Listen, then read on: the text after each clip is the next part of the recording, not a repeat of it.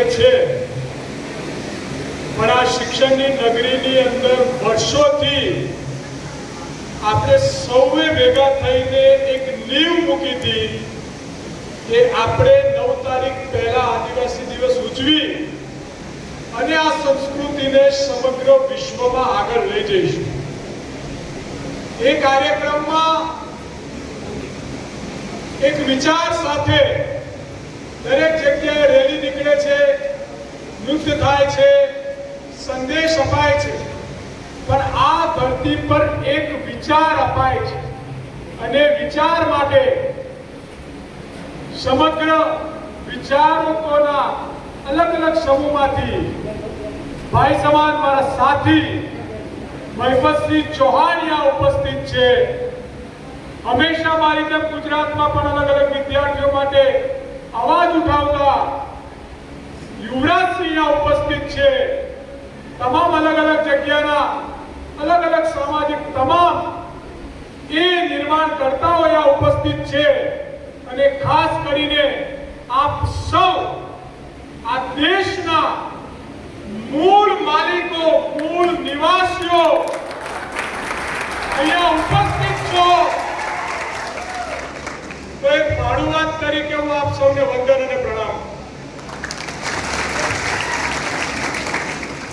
આદિવાસી camp આ કાર્યક્રમની જે નીવ મુકાઈ, આ કાર્યક્રમનો વિચાર મુકાયો, યુવરાજસિંહ ઉપસ્થિત છે, મહિપતસિંહ ઉપસ્થિત છે, તમામ આગેવાનો ઉપસ્થિત છે. એમાં કાર્યક્રમ સરદારની ભૂમિ યુનિવર્સિટીથી આનંદ સુધીના હોલ સુધી કેમ્પ રેલી, એમાં વાત, એમાં કાર્યક્રમ, એમાં ચર્ચા.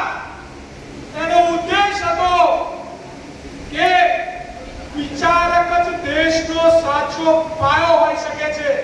વાચક અને વિચારક જ્યારે દેશમાંથી મટી જાય છે ત્યારે દેશ ગુલામ થઈ જાય છે. આજે બહુ ગર્વ સાથે હું કહી શકું છું, અહીંયા અનિલભાઈ ઉપસ્થિત છે, એમની જગ્યા પર ઉભા થાય. અહીંયા ગબ્બર ઉપસ્થિત છે, સરપંચ ઉપસ્થિત છે, આવા ઘણા યુવાનો અહીંયા ઉપસ્થિત છે. અને આજે આટલા વર્ષો પછી હું છાતી ઠોકીને કહી શકું છું કે આજે આદિવાસી વિચારક આ દેશના મૂળ વિચારકોને ગામડે ગામડે લઈ જનારા આ યુવાનો આજે ચટ્ટાનની જેમ તૈયાર થઈ ગયા છે. આ વિચારની તાકાત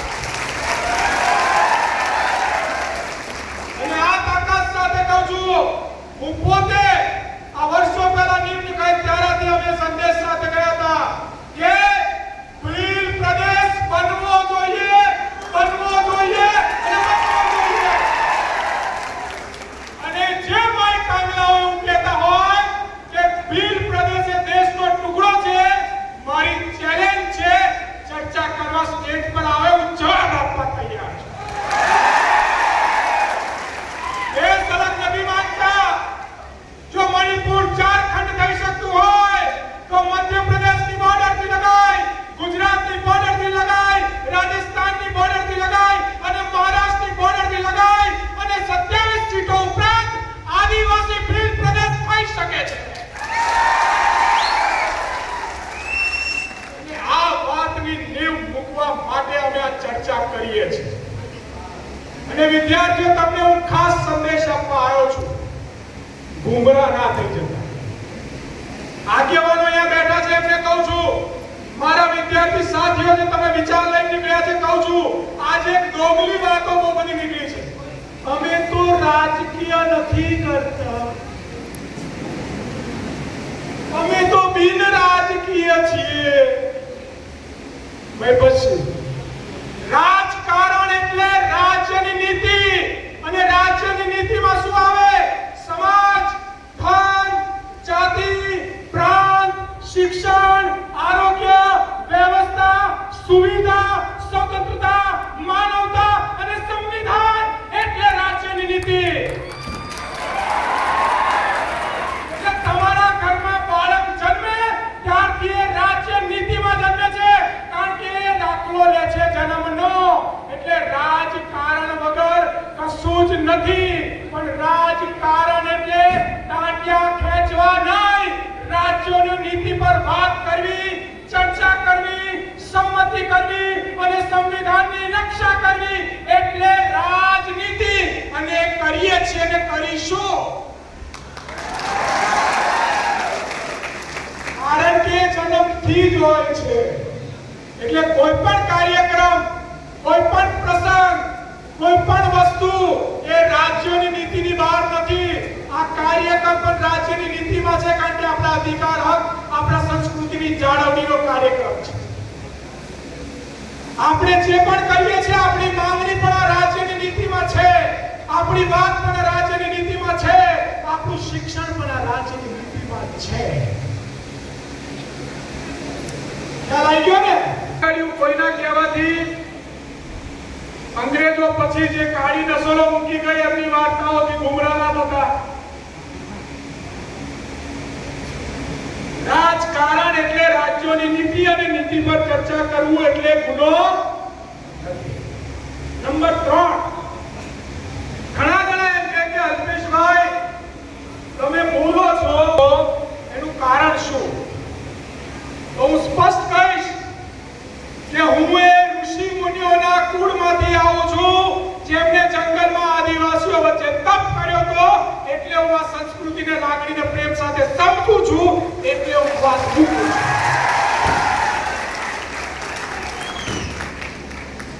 હવે એક વાત, વૈભવસિંહ, યુવરાજસિંહ, તમે અહીંયા ઉપસ્થિત છો, તમામ આગેવાનો ઉપસ્થિત છે. આ ફોટો લગાવ્યો છે, એ કોનો ફોટો છે? આ ફોટો કોનો છે? જોરથી બોલો. બિરસા મુંડા. કેટલા જણા માને છે બિરસા મુંડાને?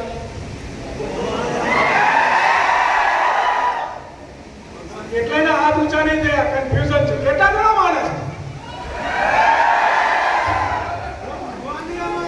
માનો છો? માનો છો? આમાંથી અડધા લોકો જૂઠું બોલે છે. અચ્છા, કેટલા જણા આંબેડકરને માને છે? આ પેલો પૂરો ઝંડો પણ અહીંયા ભાઈ પછી થોડો ટાઈમ લઈશ, પણ બહુ સમજવા જેવું છે, કારણ કે હું વિચારક પાયો નાખું છું.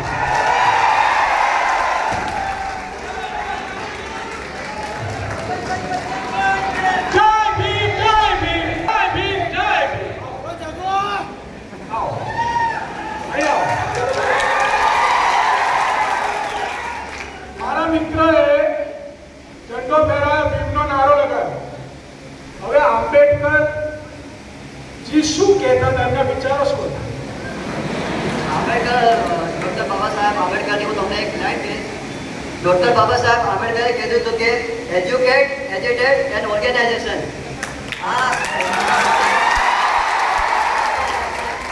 કીધું હતું કે સંગઠિત બનો, એજ્યુકેટ બનો અને બધાને ભેગા કરો. આ તો એમનું સ્લોગન હતું. એમનો વિચાર શું એટલો એ કયા ધર્મમાં? સાચું કહું તો એમને જે જન્મ લીધો એ હિન્દુ ધર્મને લીધો હતો. અને હિન્દુ ધર્મ જન્મ કેમ નક્કી કરે?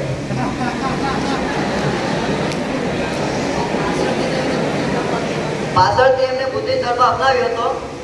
મિત્રો, આજે જે તમારી સાથે હું વાત એટલા માટે કરવા આવ્યો છું, આમ દુઃખ એટલા માટે છે, બિરસા મુંડાજીને કેટલા જણા માને છે? હવે હાથ ઊંચો કર્યો તો કરો, તો પાછો કરો.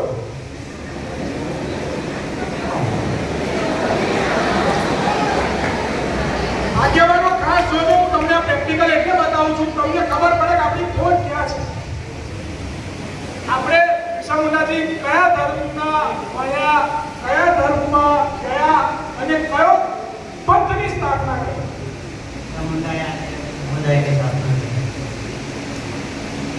ફરી જોરથી બોલો. બિરસા મુંડાએ આદિવાસી સમુદાયની સ્થાપના. અનિલભાઈ આવો ઉપર આવો, જલ્દી આવો, નહીં આવો. આ જરૂરી છે, તમે બધા યુવાનો થઈ આવો. એ પેલા કયા ધર્મમાં, પછી કેમ? એમનો મુખ્ય ઉદ્દેશ શું હતો?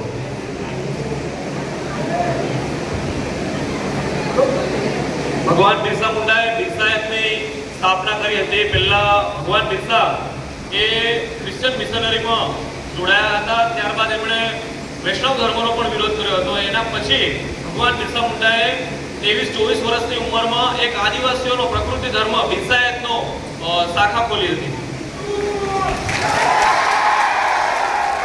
મિત્રો, આ ચર્ચા મેં એટલા માટે કરી કે હું તમને હમણાં આવીને જ બોલ્યો કે વિચારક અને વાચક બનો. આ બે માટે તાળીઓ પાડો, હિંમત જોઈએ છે. વિચારક અને વાચક બનો. જ્યારે એમને ક્રિશ્ચન ધર્મનો અપનાયો અને ક્રિશ્ચન ધર્મ જ્યારે ભણ્યા, એના પછી ધર્મ પરિવર્તનના વિરોધમાં એમને છોડ્યું. એના પછી એ વિષ્ણુ ધર્મમાં ગયા. વિષ્ણુ ધર્મ પર જ્યારે લોકો જમીનો અને એની પર કબજો કરતા હતા ત્યારે છોડ્યું અને એમને પ્રકૃતિ, માનવતા, એકતા, પ્રેમના પંથની સ્થાપના કરી. એટલે દરેક ધર્મનો મુખ્ય ઉદ્દેશ માનવતા છે, પણ એ ધર્મના શાસકો જ્યારે ધર્મની સાચી નીતિ ભૂલી ક્રૂરતા, અહંકાર, હિંસા અને સત્તા કરવા બેઠા, એ સમયે આ બાબતનું ધ્યાન મૂકવામાં આવ્યું. એટલે ખાસ આજનો સંદેશ એ છે કે આપણે આપણા સમાજમાંથી વાંચન અને વિચાર મૂકવો પડશે. પહેલા ઘરમાં સફાઈ કરવાની, પછી બહાર સફાઈ કરવાનો વારો આવશે. તો આ પ્રોગ્રામોના મુખ્ય ઉદ્દેશો આજે આપણે જાણવા પડશે, સમજવા પડશે. આપ સૌ લોકો અહીંયા ભેગા થયા છો. આપ સૌને એક જ સંદેશ છે કે આવો સાથે મળીને વિચારક અને વાચક બનીએ, બદલવા માટે નીતિઓમાં આગળ વધીએ અને આપણે એક સાચા વિચારથી આ મહાપુરુષોને વાંચીએ. તો આજે તમે બધા જતા પહેલા 9 તારીખે ગૂગલ પર આ મહાપુરુષોના ધર્મ, કાર્યો અને વિચારોને વાંચજો અને વાંચ્યા પછી એમને હાથ પહેરાવજો, તો સમાજમાં બદલાવ આવશે. બધા તૈયાર છો ને? તો હું આ વિચારક તરીકે મારી વાત મૂકીને જાઉં છું અને જતા જતા એટલો જ કહું છું કે બદલના ચાહતે હૈ હમ ભી જમાના, चलना चाहते हैं साथ एक सोच से, कहीं वो कड़ी टूट रही है जिसे हमने देखा नहीं, अगर वो हम छोड़ देंगे तो कदम से कदम मिलाकर फिर इस भारत को एक सुंदर चिड़िया बना देंगे. आप सबे મારી વાણીને હું વિરામ આપું છું. આપ સૌ મને સાંભળ્યો, કંઈક મારાથી ખોટું લાગ્યું તો ક્ષમા ચાહું છું. પણ ફરી મળીશું. જય